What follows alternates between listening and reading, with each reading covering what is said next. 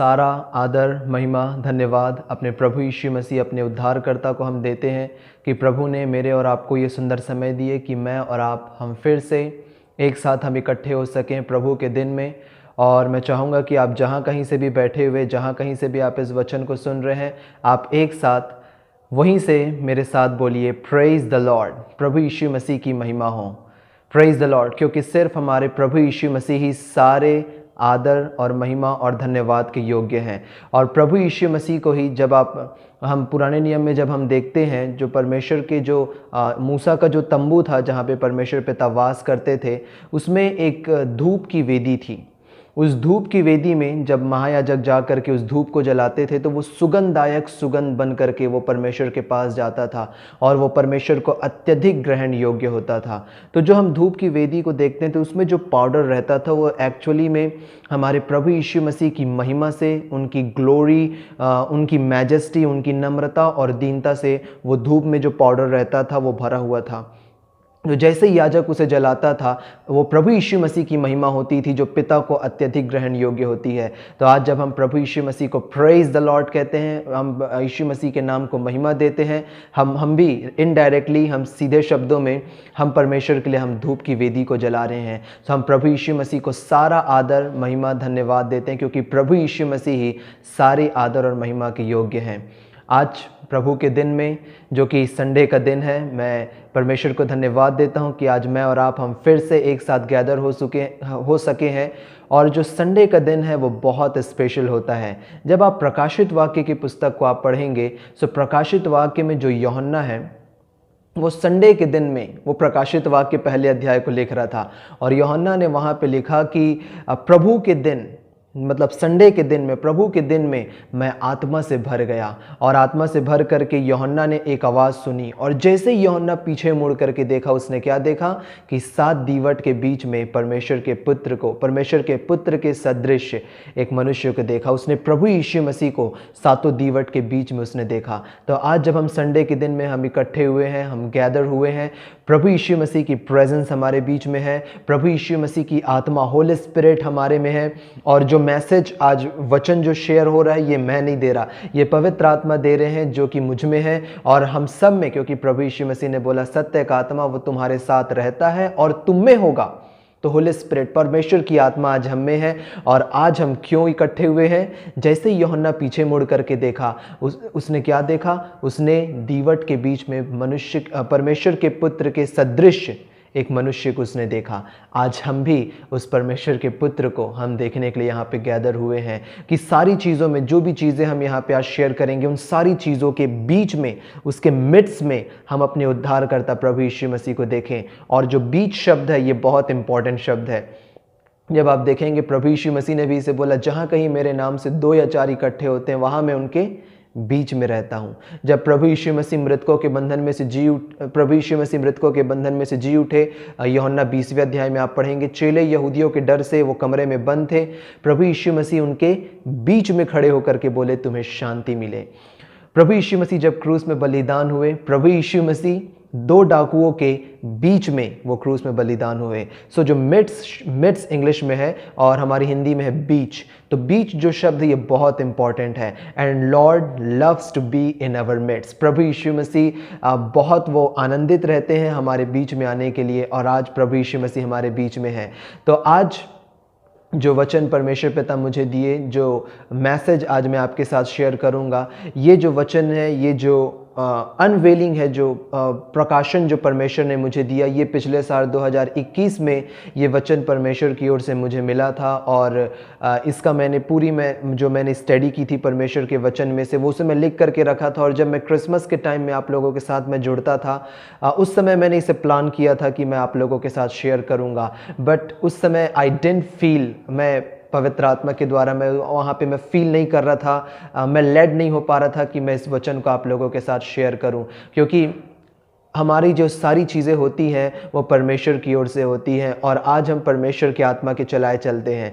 सो कैसे पवित्र आत्मा हमको लीड करते हैं? शांति के द्वारा, in the wavelength of peace. तो जब आप पढ़ेंगे यूहन्ना उसके 14वें अध्याय को, तो जैसे ही प्रभु यीशु मसीह ने 26वें पद में बोला, अर्थात सत्य का आत्मा अर्थात सहायक जो कि सत्य का आत्मा है, जैसे पिता मेरे नाम से तुम्हारे पास भेजेगा, वो तुम्हें सारी बातें सिखाएगा, क्योंकि वह मुझ में से ले करके वो तुम्हें सारी बातें सिखाएगा। और तुरंत 27वें पद में प्रभु यीशु मसीह ने बोला, मैं अपनी शांति तुम्हें दिए जाता हूँ। सो पवित्र आत्मा हमको शांति के द्वारा हमको लीड करते हैं, हमको गाइड करते हैं। उदाहरण के लिए यदि कोई आप एक एग्रीमेंट साइन करना चाह रहे हैं या कोई प्रॉपर्टी खरीदना चाह रहे हैं उदाहरण के लिए, और आपके मन में शांति नहीं है, सो एक्चुअली वो शांति आपके द्वारा या आपके फीलिंग्स के अनुसार वो नहीं आ रही, वो होली स्पिरिट आपको गाइड कर रहे हैं कि वो एग्रीमेंट में हो सकता है कुछ खतरा हो या हो सकता है कुछ फ्रॉड हो, इसलिए वहाँ पे शांति आपको महसूस नहीं हो रही। पर जब आपको परफेक्ट शांति महसूस हो रही है, वो होली स्पिरिट की लीडिंग है, पवित्र आत्मा की अगुवाई है, गो फॉर इट। क्योंकि परमेश्वर पिता ओमनीपोटेंट, ओमनीप्रेजेंट एंड ओमनीजिएंट गॉड है, वो सारे हमारे भविष्य को जानते हैं और सारी चीज़ों को हमारे लिए परमेश्वर पिता रखे हैं। सो उस समय में जब परमेश्वर ने ये वचन मुझे दिया, उस वक्त मैं इसे प्रीच करने के लिए जब मैं तैयारी कर रहा था, आई डिडंट फील, मैं महसूस नहीं किया, पवित्र आत्मा के द्वारा लीड नहीं हुआ मैं कि इस वचन को मैं आप लोगों के साथ शेयर करूं, क्योंकि परमेश्वर पिता इस वचन को आज के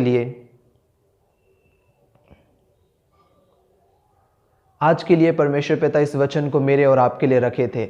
और ये जो वचन है ये इस वर्ष के थीम के अनुसार है। इस वर्ष का जो थीम परमेश्वर ने अपने वचन के द्वारा मुझे दिया और उसके 13वें अध्याय को, मैं ऐसा विश्वास करता हूं कि 2022 ये जो वर्ष है, इस वर्ष में मैं और आप हम बहुत से अपने पोजेशन को पोजेस करेंगे। परमेश्वर की बहुत सी आशीष को मैं और आप हम अपने अधिकार में लेंगे। विक्ट्री के बाद जो विक्ट्री मेरे और आपको मिली, अभी बहुत सी ऐसी ब्लेसिंग्स है, बहुत सी ऐसी आशीष है जिसके लिए यीशु मसीह ने अपने लहू से दाम देकर के उसे चुकाया है, पर वो आशीष हमारे अधिकार में नहीं है। जैसे परमेश्वर ने यहोशू को बोला कि बहुत से देश हैं जिसे तुमने लड़ करके जीता है पर तुम्हारे अधिकार में नहीं है। सो आई बिलीव कि 2022 ये जो वर्ष होगा, इसमें मैं और आप हम अपने पोजेशन को पोजेस करेंगे। इस वर्ष का जो थीम है कि इस वर्ष मैं और आप हम बहुत से अपने पोजेशन को पोजेस करेंगे, बहुत से परमेश्वर की आशीष को जिसके लिए यीशु ने क्रूस में दाम चुकाया है, हम इस वर्ष उस आशीष को अपने अधिकार में लेंगे, हम अपने कब्जे में उस आशीष को लेंगे जिसके लिए यीशु मसीह ने दाम चुकाया है। ये पहला थीम है। दूसरा थीम ये है कि इस वर्ष आप जितना ज़्यादा से ज़्यादा परमेश्वर के पुत्र को महिमा देंगे, यीशु मसीह के नाम को ऊंचा उठाएंगे, उतना ज़्यादा से ज़्यादा परमेश्वर पिता आपको महिमा देंगे, परमेश्वर पिता आपको ऊंचा उठाएंगे। और इस वर्ष बहुत ज़्यादा ग्रेट रिवाइवल होने वाला है। बहुत से लोग प्रभु यीशु मसीह को जानेंगे, पहचानेंगे और यीशु मसीह को अपने जीवन में अपना प्रभु और अपना उद्धारकर्ता के रूप में ग्रहण करेंगे।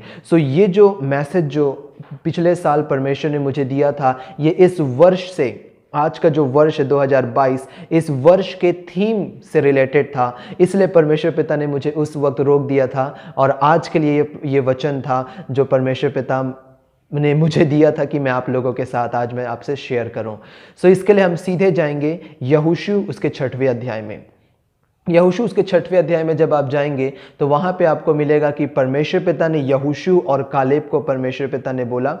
यहोशू और कालेब जो थे, ये दो विश्वास के हीरो थे। ये मेरे फेवरेट हीरो हैं बाइबल में से, जो जिनके फेथ से मैं बहुत ज़्यादा इंस्पायर होता हूँ, जिनके विश्वास से मैं बहुत ज़्यादा इंस्पायर होता हूँ। ये दो एक ऐसे कैरेक्टर हैं यहोशू और कालेब, जो कि दोनों वाचा के देश में, कनान में ये दोनों प्रवेश करने के लिए पाए। और इसका जो रीज़न है, इसका जो कारण था कि यहोशू और कालेब ये किसी भी तरह से अपनी शक्ति के ऊपर ये आधारित नहीं थे, अपने कार्यों के ऊपर ये डिपेंड नहीं थे। ये पूरी तरह से परमेश्वर पिता पर और उनके अनुग्रह पर और परमेश्वर की सामर्थ पर ये यहोशू और कालेब निर्भर थे। जब आप देखेंगे कि यहोशू और कालेब और बाकी 10 लोग जो थे, जो कि भेद लेने के लिए कादेश बर्निया से कनान देश का भेद लेने के लिए गए हुए थे, तो जो बाकी 10 लोगों ने देखा, वो 10 लोगों ने बहुत अलग चीज़ों को देखा। वे 10 लोग अपनी सामर्थ्य को देख रहे थे कि हम में कितनी ताकत है और हम कैसे अनाक वंशियों का हम सामना करेंगे, कैसे हम उनसे लड़ेंगे। तो कादेश बर्निया से जब ये 10 लोग भेद लेने गए, तो वापस जब ये आकर के रिपोर्ट देते हैं अपने कैंप में, अपने तंबू में, तो ये 10 लोग बोलते हैं, ये 10 लोग वहाँ पे बोलते हैं कि ये जो अनाक वंशी हैं, ये बहुत बड़े दानव हैं, हम इनसे नहीं लड़ सकते, वो बहुत बलवान हैं, बहुत ताकतवर हैं। निराशा और डिप्रेशन की रिपोर्ट ये आकर के दिए। क्यों? क्योंकि इनका भरोसा, इनका जो विश्वास था अपनी स्वयं की ताकत के ऊपर था कि हमको लड़ना है, हमको कार्य करना है, हमको ऐसा, हमको वैसा। परंतु यहोशू और कालेब ने बहुत इंटरेस्टिंग बात उन्होंने बोली। उन्होंने बोली कि परमेश्वर ने उन्हें हमारे हाथ में दे दिया है, वे हमारे लिए रोटी हैं, they are bread for us. चलो चल करके उन्हें खाते हैं। क्योंकि यहोशू और कालेब वो अपनी सामर्थ को नहीं देखे कि हम लड़ेंगे, हमको फाइट करना है, नहीं।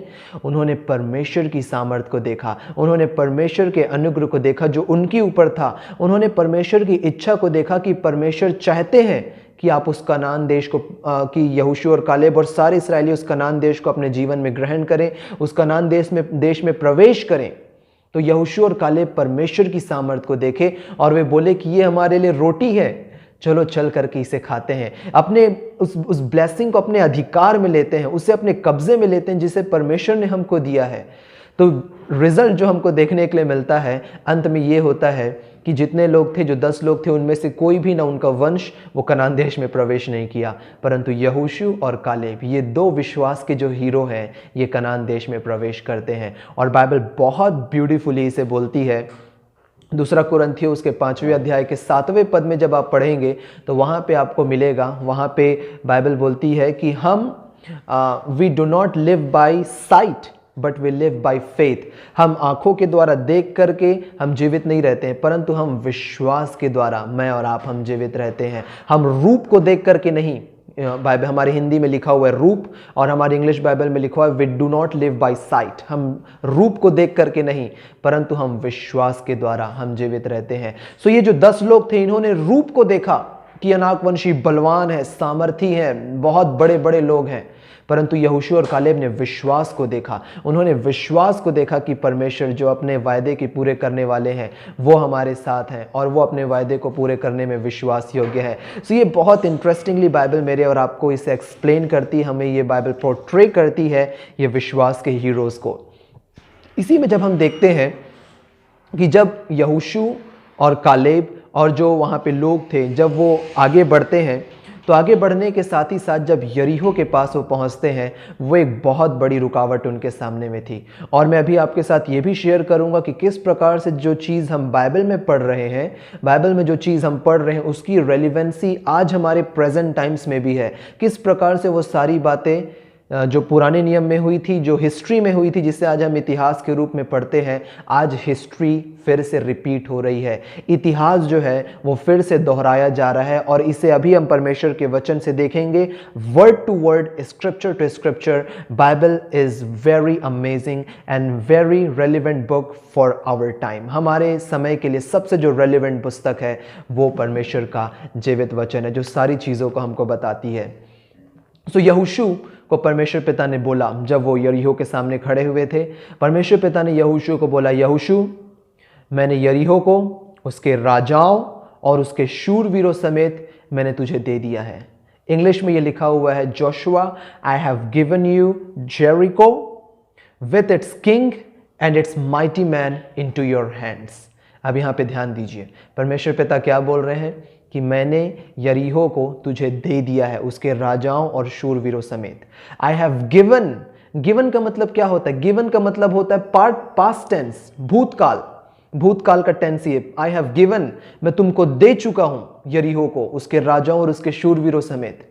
यहोशू वहां पे यदि परमेश्वर पिता से प्रश्न करता कि परमेश्वर पिता, यरीहो तो बहुत टाइटली पैक है, उसकी जो शहरपना है यरीहो, जब आप यरीहो के बारे में पढ़ेंगे तो यरीहो अपने वॉल्स के लिए, अपनी शहरपना के लिए यरीहो बहुत फेमस है। वॉल्स ऑफ जेरिको जिसे बोला जाता है, जिस प्रकार से चाइना में वॉल्स ऑफ चाइना जो है, जो कि 7 अजूबों में एक है, तो चाइना वॉल्स ऑफ चाइना के नाम से वो फेमस है। उसी प्रकार से यरीहो जो था वो वॉल्स ऑफ जेरिको के नाम से वो फेमस था। तो यहोशू के मन में प्रश्न आता, परमेश्वर पिता, ये पूरा टाइटली पैक है, ये इसकी जो शहरपना है, किसी तरफ से आने जाने का रास्ता नहीं है, और आप बोल रहे हैं कि मैंने तुझे दे दिया है। परंतु यहोशू जो है वो विश्वास का हीरो है, he was hero of the faith. और मेरे को यहोशू और कालेब बहुत इंस्पायर करते हैं, उनका विश्वास मुझे बहुत इंस्पायर करता है। उन्होंने किसी प्रकार का डाउट नहीं किया, क्योंकि वो जान रहे थे परमेश्वर ने वायदा किया है, परमेश्वर ने दे दिया है। भले ही यरीहो उनके हाथ में नहीं था, परंतु अब वो उनके कब्जे में आने वाला था। ध्यान दीजिए, ये काहे का वर्ष है? ये जो वर्ष है इसमें मैं और आप, हम अपनी आशीष को जो यीशु ने दाम चुकाया है, हम अपने अधिकार में लेंगे, हम अपने कब्जे में उस आशीष को लेंगे। आज आपके मन में प्रश्न आ रहा होगा कि परमेश्वर पिता, जिस ड्रीम जॉब को आप पाने की बहुत सालों से आप प्रिपरेशन कर रहे हैं, आप बहुत समय से जिस एग्ज़ाम को फाइट करने की कोशिश कर रहे हैं और एग्ज़ाम को पास करने की कोशिश कर रहे हैं, और आपके मन में प्रश्न आ रहा होगा कि परमेश्वर पिता, बहुत ज़्यादा कंपटीशन है, लाखों में एप्लीकेशंस आते हैं, बहुत ज़्यादा कंपटीशन बढ़ गया है, और मैं कैसे अपने उस ड्रीम जॉब को, जिसका मुझे बहुत दिनों से सपना है, मैं कैसे उसे पाऊं? यदि आप चंगाई पाना चाहते हैं, आपके मन में प्रश्न आ रहा होगा कि परमेश्वर पिता, ये बहुत रेयर काइंड ऑफ बीमारी मुझे लग गई है, डॉक्टर्स ने जवाब दे दिया है कि इस बीमारी का कोई इलाज नहीं है। परमेश्वर पिता, कैसे मैं अपनी इस बीमारी से मैं चंगाई को प्राप्त करूं? यदि आपको जीवन साथी पाना है, अच्छा जीवन साथी जो कि परमेश्वर का भय मानता हो, और आप बोलेंगे परमेश्वर पिता, आज बहुत से खराब लोग हैं संसार में, बहुत से बिगड़े हुए लोग हैं, मैं कैसे एक विश्वास योग्य आपके जन को अपने जीवन साथी के लिए मैं पाऊं? आपके मन में बहुत से ऐसे प्रश्न आ रहे होंगे। परमेश्वर पिता बोल रहे हैं, मैं तुम्हें वो ड्रीम जॉब जिसे तुम पाना चाहते हो, मैं तुम्हें दे दिया हूं। तुम्हें वो जो चंगाई चाहिए अपनी बीमारी से, मैं तुम्हें दे दिया हूं। तुम्हें जो अच्छा लाइफ पार्टनर चाहिए, मैं तुम्हें दे दिया हूं। जैसे परमेश्वर ने यहोशू को बोला, I have given Jericho into your hands, मैंने यरीहो को उसके राजा और शूरवीरों समेत मैंने तुझे दे दिया है। परंतु यरीहो यहोशू के हाथ में नहीं था, पर यरीहो का जो मैनिफेस्टेशन जो था, उसका जो प्रगटीकरण था, वो हमको छठवें अध्याय में हमको देखने के लिए मिलता है। इस वर्ष परमेश्वर ने जो आपको ड्रीम जॉब दिया है, जिसके लिए यीशु ने क्रूस में दाम चुकाया है, इसी वर्ष आपको उसका प्रगटीकरण मिलेगा। इस सरमन को मार्क कर लीजिए कि प्रभु यीशु मसीह के नाम से इस वर्ष में आपको वो ड्रीम जॉब मिलेगी, आपको अपनी बीमारी से चंगाई मिलेगी, आपको वो जो अच्छा लाइफ पार्टनर चाहिए, जो परमेश्वर का विश्वास योग्य हो, वो इसी वर्ष आपको वो सारी ब्लेसिंग का प्रगटीकरण, सारी आशीष का मैनिफेस्टेशन इसी वर्ष प्रभु यीशु मसीह के नाम से मिलेगा। और मैं इसे यीशु मसीह के नाम से डिक्लेयर करता हूं, मैं घोषणा करता हूं, परमेश्वर के वचन के आधार पर, with the authority of God's word. तो परमेश्वर ने यहोशू को बोला, आई हैव गिवन यू, और आपको भी परमेश्वर बोल रहे हैं, आई हैव गिवन, मैं तुम्हें दे चुका हूं, और उसका प्रगटीकरण अब आपको मिलने वाला है।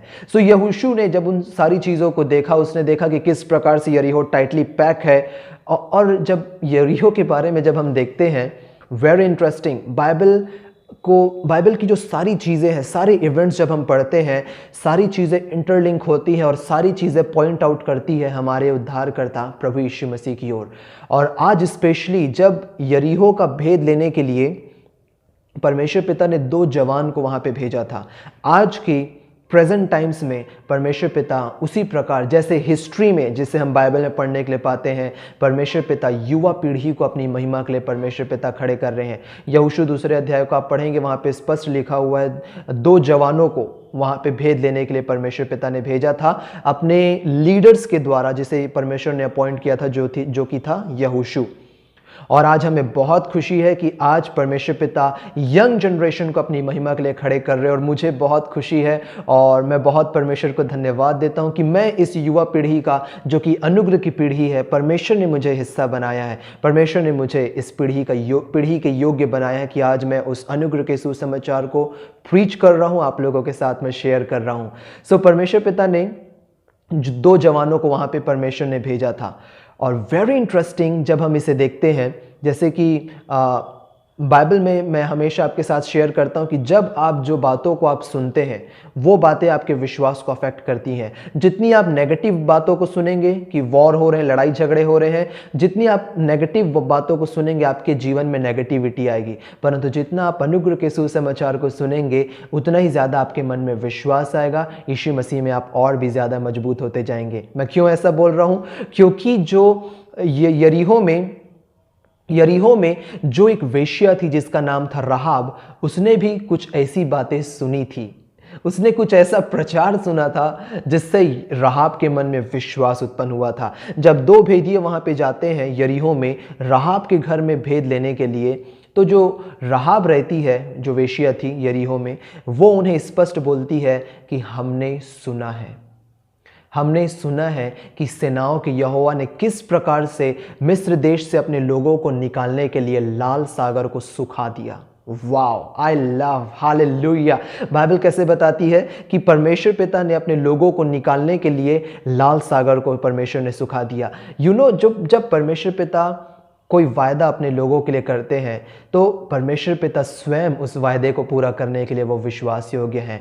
ये हमारे विश्वास योग्यता के बारे में नहीं है कि हम परमेश्वर के लिए विश्वास योग्य हैं, ये परमेश्वर की विश्वास योग्यता है। इस्राएली लोग बहुत अच्छे नहीं थे, ना उनके जीवन में कोई अच्छे काम थे।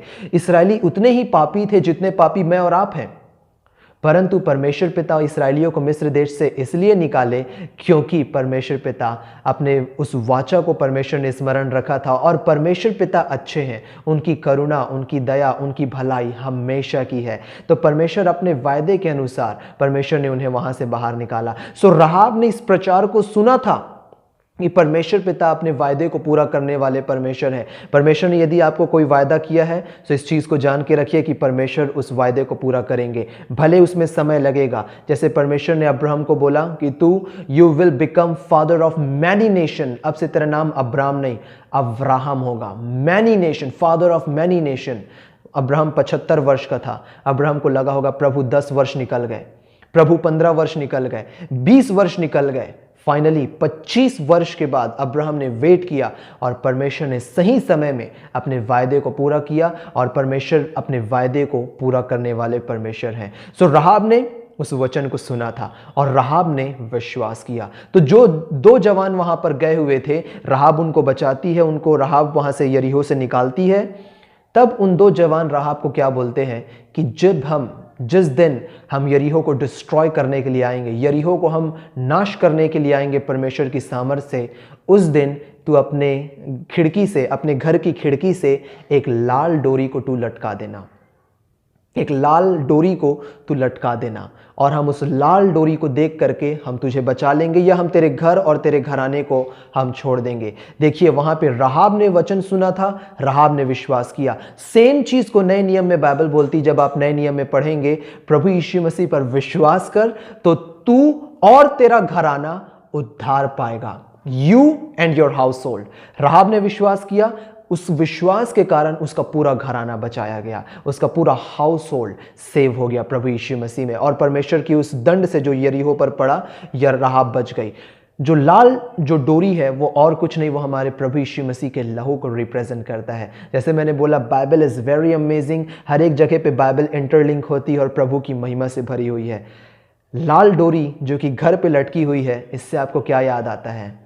जब हम पढ़ते हैं निर्गमन उसके 12वें अध्याय को, वहाँ पे परमेश्वर पिता ने बोला, जब एंजल ऑफ डेथ, जो मौत का स्वरदूत जब मिस्र देश में वो नंगी तलवार लेकर के निकलेगा मिस्रियों का नाश करने के लिए, परमेश्वर ने बोला तुम अपने दरवाज़ों के अलंगों पर और चौखट पर, लिंटल और डोर पोस्ट में तुम मेमने के लहू को लगाना और उस लहू को देख करके मैं पास ओवर हो जाऊंगा, मैं निकल जाऊंगा, मैं छोड़ दूंगा तुम्हें, मैं स्पेयर कर दूंगा।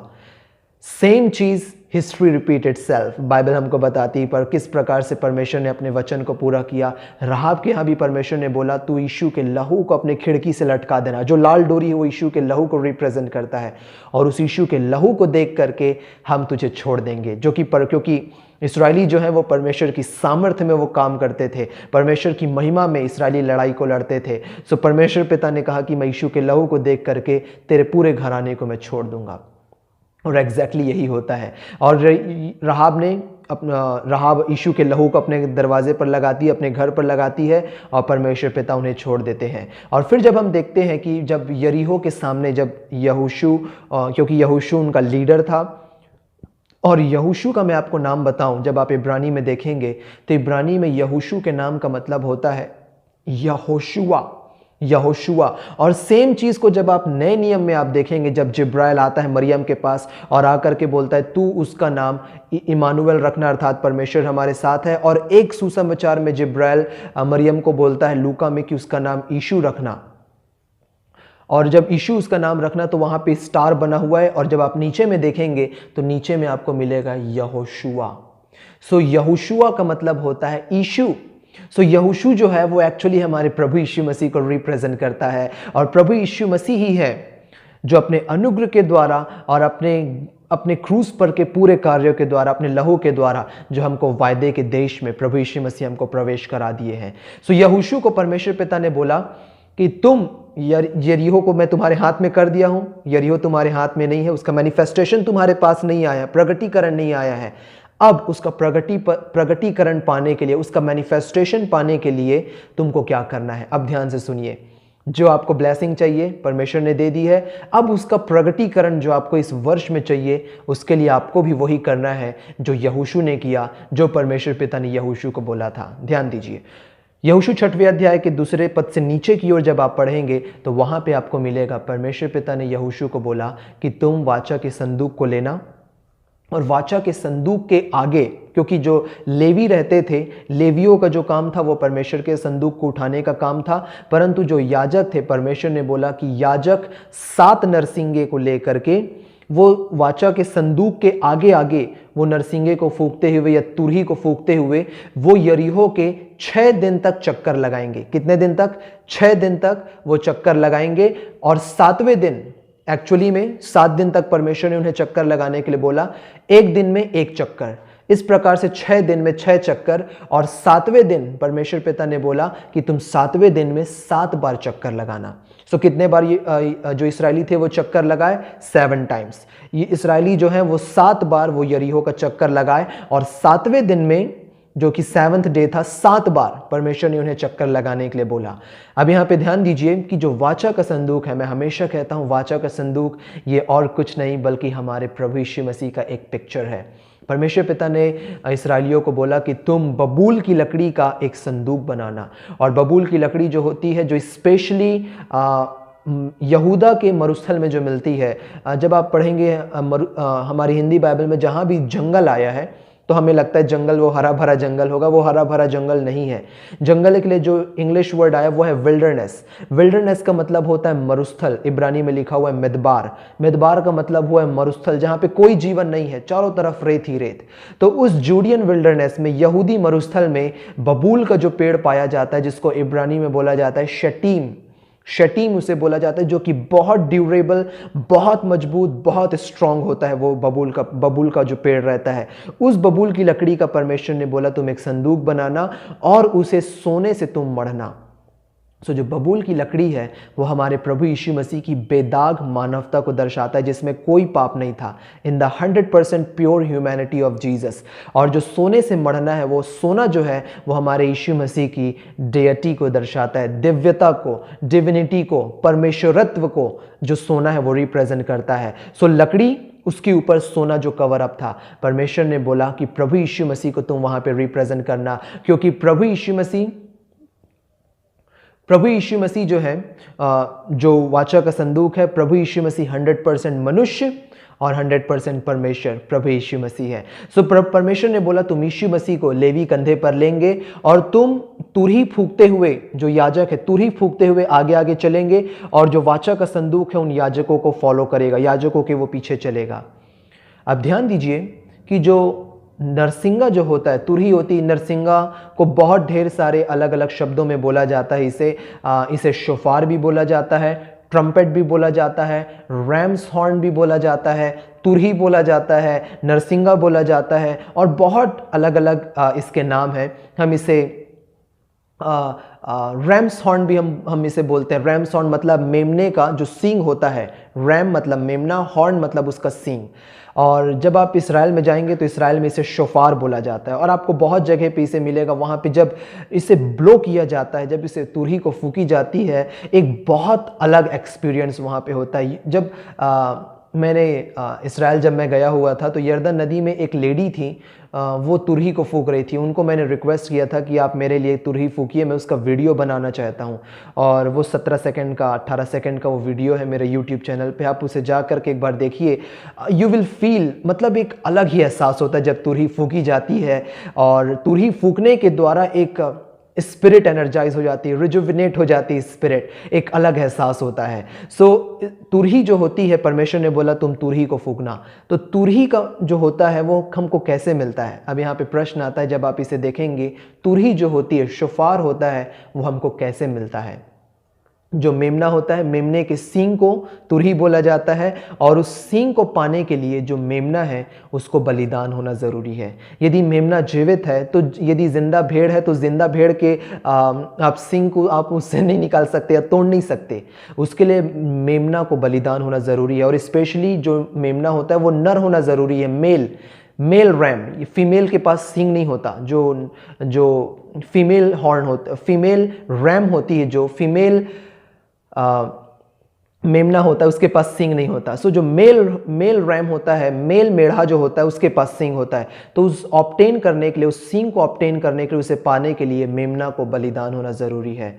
जब यूहन्ना बपतिस्मा देने वाले ने प्रभु यीशु मसीह को देखा, उसने 5 शब्द बोले, देखो परमेश्वर के मेमने को, behold the lamb of God. देखो परमेश्वर के मेमने को, वो परमेश्वर का मेमना, वो क्रूस में हमारे पापों को लेकर के बलिदान हुआ, हमारे सारे पापों को, सारे अधर्मों को, सारी गलतियों को, सारी बुराइयों को उस परमेश्वर के पुत्र ने अपने ऊपर ले लिया, और उसे ले करके प्रभु यीशु मसीह क्रूस में बलिदान हुए। और जब वो क्रूस में बलिदान हुए, सो उस मृत्यु के द्वारा हमको वो जो हॉर्न है, वो जो सींग है, वो शोफार है, वो नरसिंगा है, वो मेरे और आपको मिलता है। सो परमेश्वर ने उन्हें बोला कि तुम तुरही बजाते हुए, याजक तुरही बजाते हुए आगे आगे जाएंगे। परमेश्वर पिता ये बोल रहे हैं कि तुम प्रभु यीशु मसीह की मृत्यु को तुम प्रचार करना।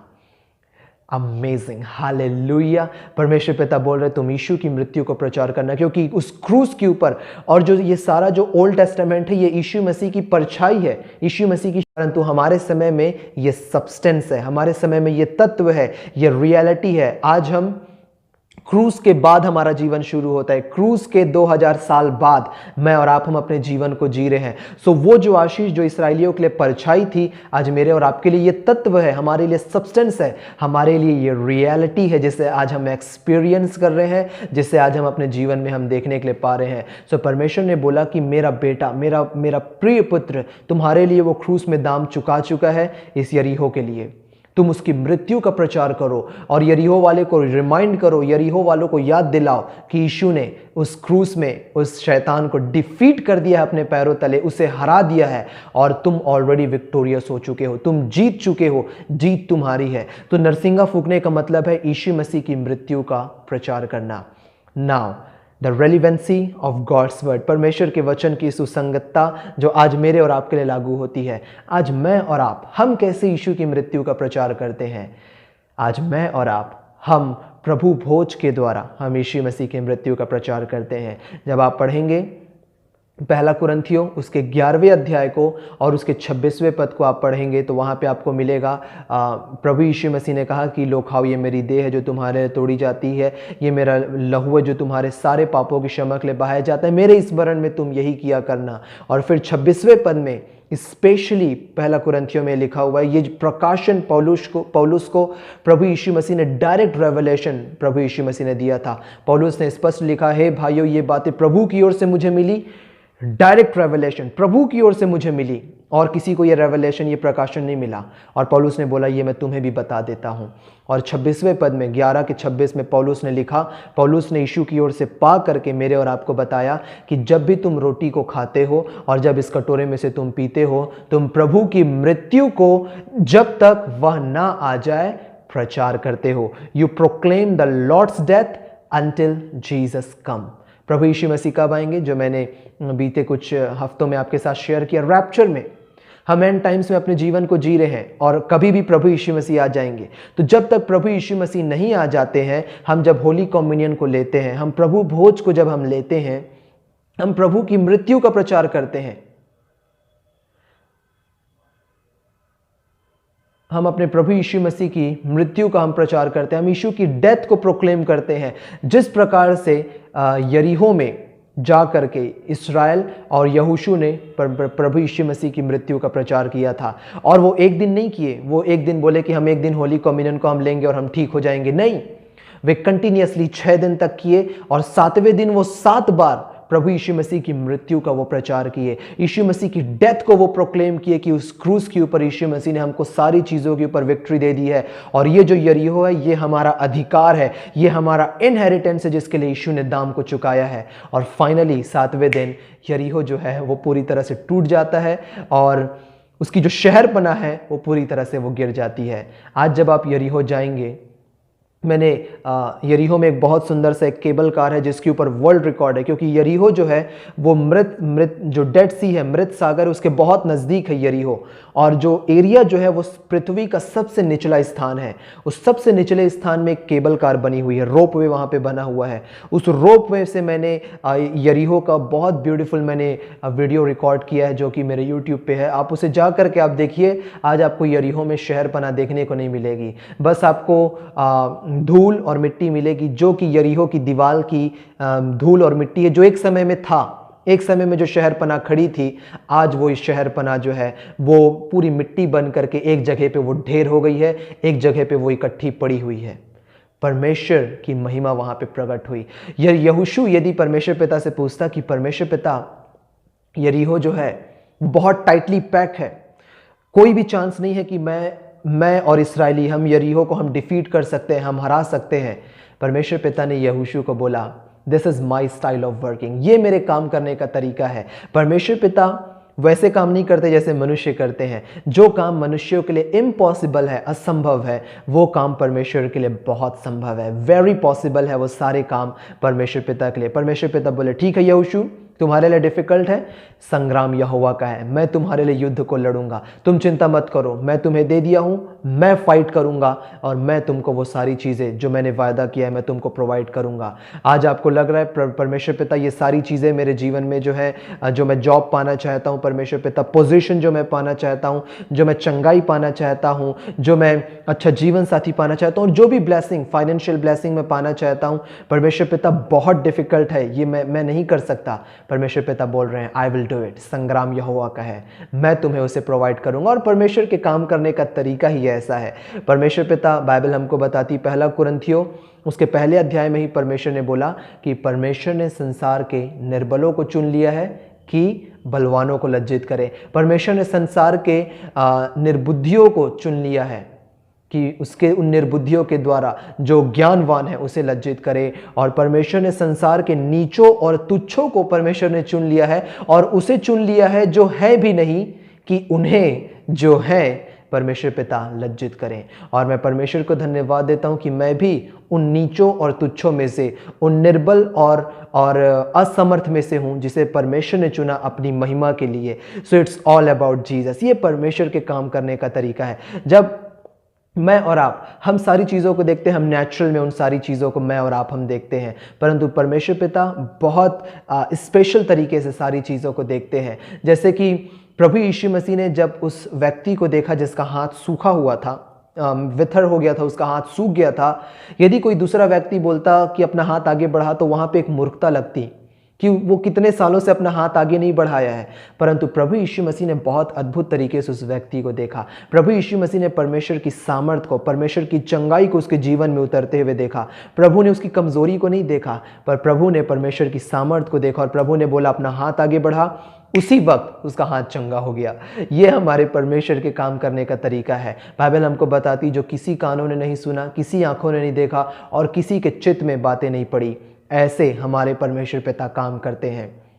सो जो लास्ट पॉइंट है जिसके द्वारा हम इस सर्विस को क्लोज करेंगे, इस मैसेज को, कि हम परमेश्वर की मृत्यु का हम कैसे प्रचार करते हैं। प्रिय भाई और बहनों, ये बहुत असेंशियल है। और अभी हम ईस्टर के, मैं और आप, हम बहुत क्लोज आ चुके हैं।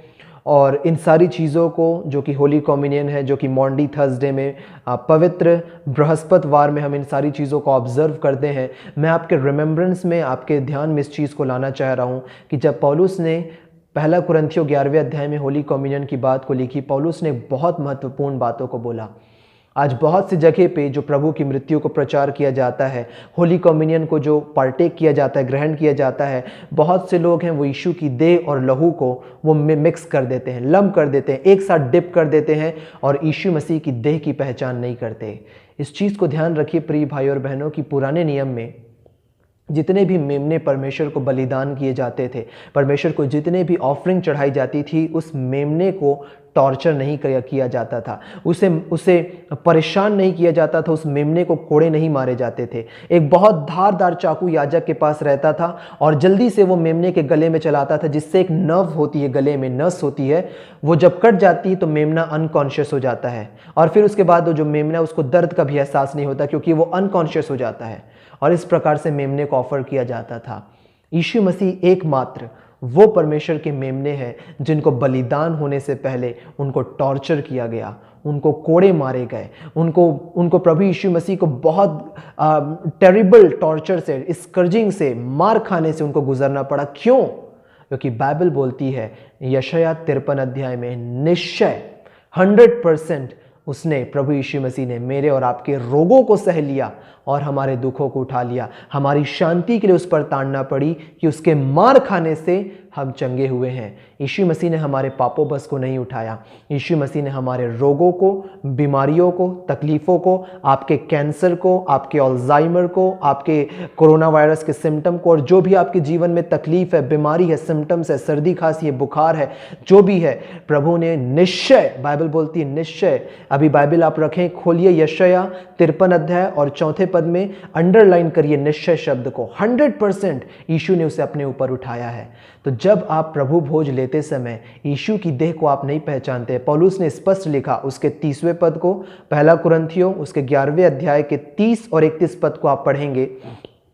30वें पद में पौलुस ने बोला कि जो खाते पीते समय प्रभु की देह को ना पहचाने, यीशु की बॉडी को ना पहचाने, वह इस खाने और पीने से अपने ऊपर दंड लाता है। और यह दंड परमेश्वर की ओर से नहीं है, इसे ध्यान से समझिए। उदाहरण के लिए आप एक मेडिसिन खा रहे हैं, दवाई खा रहे हैं, और उस दवाई को डॉक्टर ने बोला आपको कि इस दवाई को सुबह खाली पेट खाना। क्या बोला डॉक्टर ने? सुबह खाली पेट खाना। परंतु आप उसको लापरवाही के साथ आप दोपहर को खाना खाने के बाद उसे खा रहे हैं। तो ऐसा करने के द्वारा जो उस दवाई के द्वारा जो आपको रिएक्शन होगा, उसमें डॉक्टर की कोई गलती नहीं है, गलती आपकी है, क्योंकि आप उसे गलत तरीके से आप खा रहे हैं। परमेश्वर पिता ने पौलुस को प्रकाशन देकर के परमेश्वर ने बोला, यीशु ने बोला कि जो यीशु की देह को नहीं पहचानता, वो गलत तरीके से खाने के द्वारा अपने ऊपर दंड लाता है। और दंड क्या है? स्पष्ट, आप बाइबल अभी खोले हुए हैं, आप देखिए पहला कुरिन्थियों 11वें अध्याय का 30 और 31 पद में लिखा हुआ है, इसी कारण। एक कारण वहां पे बाइबल बोलती है। बाइबल ये नहीं बोलती फॉर दिस रीजन्स प्लूरल, ये नहीं बोलती बाइबल बोलती फॉर दिस रीजन, इसी कारण, एक कारण। क्या कारण है? जो यीशु की देह को नहीं पहचानते। और वो कारण ये है कि जब तुम यीशु की देह को नहीं पहचानते, इसी कारण तुम में बहुत से लोग निर्बल हैं, रोगी हैं, और बहुत से लोग सो गए हैं। बहुत से लोग समय से पहले प्रीमैच्योर डेथ हो गई है, उनकी मृत्यु की उम्र नहीं हुई है, पर फिर भी वो उनकी डेथ हो गई। क्यों? क्योंकि वो यीशु की देह को नहीं पहचानते। आज लोगों को लगता है कि परमेश्वर पिता चाहते हैं कि मैं बीमार रहूं। परमेश्वर पिता बीमारियों के द्वारा अपने लोगों की ताड़ना करते हैं। तो ऐसे लोगों को मैं बताना चाहता हूं, यदि आप बोल रहे हैं कि परमेश्वर की इच्छा आप बीमार रहो, तो आप कभी डॉक्टर के पास मत जाइए, क्योंकि ये आप बोल रहे हैं कि परमेश्वर की इच्छा है, तो परमेश्वर की इच्छा को अपने जीवन में पूरा होने दीजिए। नहीं प्रिय भाई और बहनों, जब आप संसारिक माता पिता हो करके आप नहीं चाहते कि आपके बच्चे किसी प्रकार की बीमारी से, तकलीफ से अपने जीवन को व्यतीत करें, क्यों कर हमारे स्वर्गीय अब्बा पिता जिन्होंने अपने जैसा हमको बनाया, वो क्यों कर चाहेंगे कि हम बीमारियों में, तकलीफ़ों में अपने जीवन को जिए? परंतु परमेश्वर ने हमारी बीमारियों को अपने प्यारे बेटे प्रभु यीशु मसीह के ऊपर परमेश्वर पिता ने डाल दिया। तो जब आप खाते पीते हैं, होली कम्युनियन, जब परमेश्वर की मेज के पास आते हैं, आप प्रभु की मृत्यु का जब आप प्रचार करते हैं, यीशु की देह को लीजिए, रोटी को लीजिए और धन्यवाद दीजिए कि परमेश्वर पिता, प्रभु मैं आपको धन्यवाद देता हूं कि निश्चय मेरी आपने इस बीमारी को, जो भी आपकी बीमारी है, सर्दी खांसी को, घुटनों के दर्द को, हाथ पैर के दर्द को, पेट दर्द को, सिर दर्द को, जो कैंसर है, जो ट्यूबरक्यूलोसिस है, जो भी है, प्रभु इसे आपने अपने ऊपर ले लिया है और आपके मार खाने से ये जो बीमारी है ये दूर हुई है। प्रभु, ये प्रभु की देह की पहचान है। और जब आप कटोरे को लेते, धन्यवाद दीजिए कि प्रभु आपके लहू से मेरे सारे पाप क्षमा हो गए और अब मैं परमेश्वर की धार्मिकता हूँ मसीह यीशु में, और उसे ग्रहण करिए। तो जब आप यीशु की देह की पहचान करेंगे, 31वें पद को आप पलट दीजिए कि जब आप यीशु की देह की पहचान करेंगे तो बहुत से लोग स्वस्थ होंगे, बहुत से लोग बलवंत होंगे और हम सब के सब जो हम यीशु की देह की पहचान करेंगे, हम लंबा जीवन व्यतीत करेंगे, लॉन्ग लाइफ और हेल्दी लाइफ को हम अपने जीवन में व्यतीत करेंगे। सो ये परमेश्वर पिता मेरे और आपसे बोल रहे हैं, जो परमेश्वर ने बोला, यहोशू को परमेश्वर पिता ने बोला था कि तुम जिस प्रकार से नरसिंगों को तुम फूकोगे, तुम यीशु की मृत्यु का प्रचार करना। आज हम कैसे यीशु की मृत्यु का प्रचार करते हैं? जो हमने बाइबल से हमने देखा कि हम यीशु की मृत्यु का प्रचार हम प्रभु भोज के द्वारा करते हैं। हम परमेश्वर की मेज के पास आकर के हम यीशु की मृत्यु का प्रचार करते हैं। सो जो ब्लेसिंग आपको चाहिए, आप यीशु की मृत्यु का प्रचार करिए और परमेश्वर पिता पर विश्वास करिए, क्योंकि परमेश्वर पिता अपने वायदे को पूरा करने में वो विश्वास योग्य हैं। परमेश्वर ने जो बोला है, परमेश्वर पिता उसे पूरा करेंगे। ये हमारे परमेश्वर पिता हैं जो वायदे को पूरा करने वाले परमेश्वर हैं। और फाइनली जो लास्ट पॉइंट मैं आपके साथ जो शेयर करूंगा, बिल्कुल लास्ट पॉइंट जो मैंने आपके साथ स्टार्टिंग में बोला था कि आज कैसे हिस्ट्री, इतिहास जो है, कैसे इस इतिहास जो है वो दोहराया जा रहा है। ये बहुत मेरा फेवरेट पॉइंट है बाइबल में से। यरीहो को जब परमेश्वर पिता ने यहोशू के हाथ में दिया, परमेश्वर ने बोला तुम 6 दिन तक उसके चारों ओर घूमना। 7वें दिन यरीहो जो है वो यहोशू के हाथ में आ गया, इसराइलियों के हाथ में आ गया। आज के प्रेजेंट टाइम्स में जब हम इसे देखते हैं, सो 1967 में 67 को हिंदी में एग्जैक्टली क्या बोलते हैं, 66 या 66 जो भी बोलते हैं, इंग्लिश में बोलते हैं 1967 में जब आप पढ़ेंगे तो आपको पता चलेगा 1967 जी वही है जो आप बोल रहे हैं। 1967 में इसराइल जो है वो 6 दिन की लड़ाई लड़ा। इसराइल जो है वो चारों तरफ से घिरा हुआ था। इस तरफ से मिस्र जो है वो घिरा हुआ था, इस तरफ से जो जॉर्डन है और सऊदी अरेबिया है वो इसराइल को घेरे हुए थे, उत्तर दिशा से सीरिया और लेबनान, चारों तरफ से इसराइल जो है वो घिरा हुआ था। और परमेश्वर की विजडम में, परमेश्वर की सामर्थ में इसराइल लड़ाई करने के लिए उतरा। और इसराइल इतनी बुरी तरीके से वो अपने जो अपोनेंट से उन्हें मारा कि 6 दिन तक, उसे 6 डे वॉर बोला जाता है। जब आप इसके बारे में पढ़ेंगे गूगल में, 6 डे वॉर, 6 दिन का युद्ध, जब आप गूगल में लिखेंगे पूरा आपके सामने विकिपीडिया आएगा, उसे आप पढ़ेंगे आपको मिलेगा। 6 दिन तक लड़ाई हुई और 7वें दिन यरूशलेम जो है वो इसराइलियों के हाथ में आ गया। 1966 से पहले जो इसराइल है वो 15 मई 1947, भारत भी 1947 में आज़ाद हुआ, 1947 में भारत जो है आज़ाद हुआ। और ये जो इसराइल का जो युद्ध था, 1947 में इसराइल का जो युद्ध स्टार्ट हुआ स्वतंत्रता के लिए, और 15 मई 1948 में, एक साल बाद 1948 में 1948 में इसराइल आज़ाद हुआ। पर उस वक्त इसराइल के पास यरूशलेम नहीं था, यरूशलेम इसराइल के हाथ में नहीं था। फिर उसके बाद 1967 में इसराइल जो है वो 6 डे वॉर लड़ा। 6 दिन तक, जिस प्रकार यहोशू ने 6 दिन तक उसके चारों ओर चक्कर लगाए यरीहो के, 7वें दिन यरीहो उनके हाथ में आ गया। 6 दिन तक इसराइल ने लड़ाई लड़ी, 7वें दिन यरूशलेम इसराइलियों के हाथ में आ गया। और आज यरूशलेम इसराइल की कैपिटल है और अनंत काल तक यरूशलेम इसराइल का कैपिटल रहेगा। सो परमेश्वर पिता चाहते हैं कि आप स्वस्थ रहें, तंदुरुस्त रहें, अच्छे रहें, भरपूर रहें। सो प्रिय भाई और बहनों, परमेश्वर की इच्छा है कि आप हर एक आशीष को अपने अधिकार में लें, अपने पोजेशन में आप हर एक आशीष को लें। और आपने जो आशीष कीजिए, बहुत समय से जो आप इंतजार कर रहे हैं, इसी वर्ष आपको उसका प्रगटीकरण मिलेगा। आपको प्रभु यीशु मसीह की मृत्यु का प्रचार करना है। और एक चीज़ मैं उसमें और ऐड करूंगा कि जब वो नरसिंगे को फूंक रहे थे, बाइबल हमको बताती है वो जय जयकार करते हुए, वो परमेश्वर की महिमा करते हुए, प्रेज करते हुए, हालेलुया चिल्लाते हुए, प्रेज द लॉर्ड कहते हुए यरीहो के चारों ओर वो घूम रहे थे। आपको 2 काम करना है, प्रभु यीशु मसीह की मृत्यु का प्रचार करिए और प्रभु यीशु मसीह को सारा आदर, महिमा और धन्यवाद दीजिए। और इसी वर्ष वो आशीष आपको प्रभु यीशु मसीह के नाम से मिलेगी।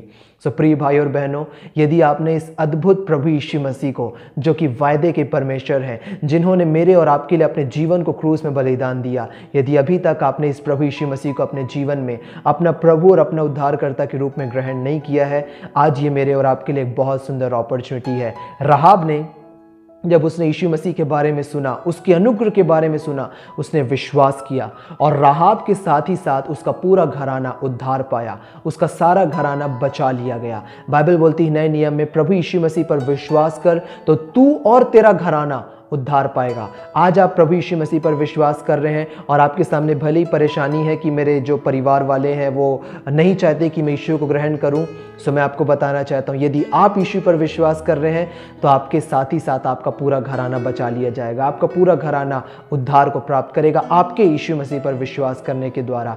सो यदि अभी तक आपने इस अद्भुत प्रभु को, जिसने आपसे प्रेम किया और आपके लिए आपकी बीमारियों को, आपके तकलीफ़ों को, आपके पापों को, आपके अधर्मों को लेकर के क्रूस में बलिदान हुए और बदले में अपना जीवन, अपनी धार्मिकता, अपना स्वास्थ्य, अपनी तंदुरुस्ती मेरे और आपको प्रभु यीशु मसीह ने दी, ये हमारे प्रभु हैं प्रिय भाई और बहनों, जिस अद्भुत प्रभु में हम विश्वास करते हैं।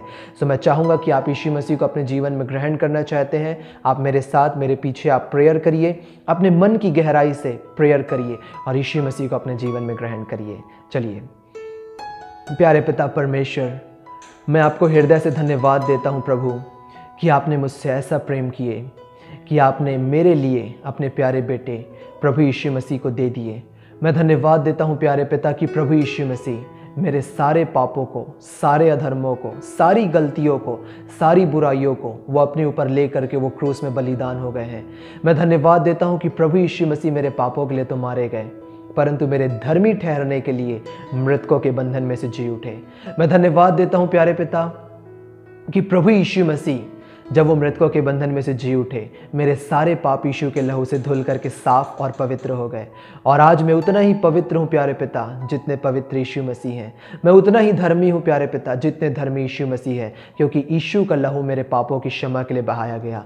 मैं धन्यवाद देता हूँ प्यारे पिता कि आज आपका पक्ष, आपकी सुरक्षा और आपका अनुग्रह मेरे और मेरे परिवार के ऊपर है। मैं धन्यवाद देता हूँ प्यारे पिता कि आपने सारी आशीषों को, जिसके लिए यीशु ने दाम चुकाई है, आप चाहते हैं कि मैं अपने अधिकार में लूँ और आपने उन आशीषों को मुझे दे दिया है प्यारे पिता, और मैं हाँ और आमीन के साथ उन आशीषों को अपने जीवन में मैं ग्रहण करता हूँ प्यारे पिता।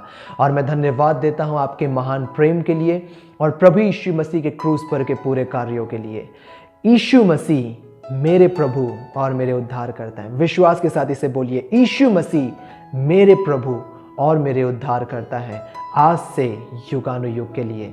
धन्यवाद प्यारे पिता। अब मैं आपका प्यारा बेटा हूँ, अब मैं आपकी प्यारी बेटी हूँ युगानुयुग के लिए। प्रभु यीशु मसीह के नाम से मांगते हैं, आमीन आमीन आमीन।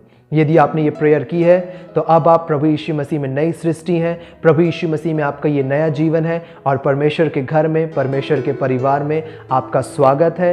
अब आप बाहर संसार में जा करके प्रभु यीशु मसीह के नाम को महिमा दीजिए, यीशु मसीह के नाम को आप ऊंचा उठाइए। और फाइनली हम ब्लेसिंग के साथ हम इसे क्लोज करेंगे, क्योंकि परमेश्वर पिता की इच्छा है, जैसे बाइबल बोलती है 3 यूहन्ना उसके 3 यूहन्ना की जब आप दूसरे पद को पढ़ेंगे, वहाँ बाइबल बोलती है कि हे प्रिय, मेरी इच्छा है कि तू सब बात में उन्नति करे और स्वस्थ रहे जैसी तेरी आत्मा उन्नति करती है। सो इस पूरे आने वाले हफ्ता में जब हम फिर से यीशु मसीह में जुड़ेंगे, परमेश्वर पिता आपको और आपके परिवार को हर एक प्रकार की आशीषों से माला माल करें। परमेश्वर अपने मुख का प्रकाश आपके ऊपर चमकाए, हमेशा अनुग्रहकारी परमेश्वर पिता रहें आपके ऊपर, और ख़ास करके हर एक प्रकार के कोविड-19 के वायरस से, उसके न्यू स्ट्रेन्स जो आ रहे हैं और जो एक्सीडेंट्स हैं, शैतान और अंधकार की शक्ति और बहुत से खतरे जो हैं हमारे चारों ओर, जिसे हम नहीं भी जानते, प्रभु यीशु मसीह के नाम से परमेश्वर पिता आपको और आपके परिवार को प्रोटेक्ट करे और परमेश्वर पिता आपको आशीष देवे। ये ब्लेसिंग मैं चाहता हूँ कि आप सब इसे बहुत आयत से ग्रहण करें। इफिसियों 1:17 कि परमेश्वर पिता आपको प्रभु यीशु मसीह की पहचान में ज्ञान और प्रकाश की आत्मा देवे, कि आपके मन की आंखें ज्योतिर्मय हो जाएं और आप यीशु मसीह को देखें और यीशु मसीह में आप आगे बढ़ते चले जाएं और हमेशा परमेश्वर पिता में, प्रभु यीशु मसीह में आप उन्नति करते रहें। So thank you very much. May God bless you all and shalom.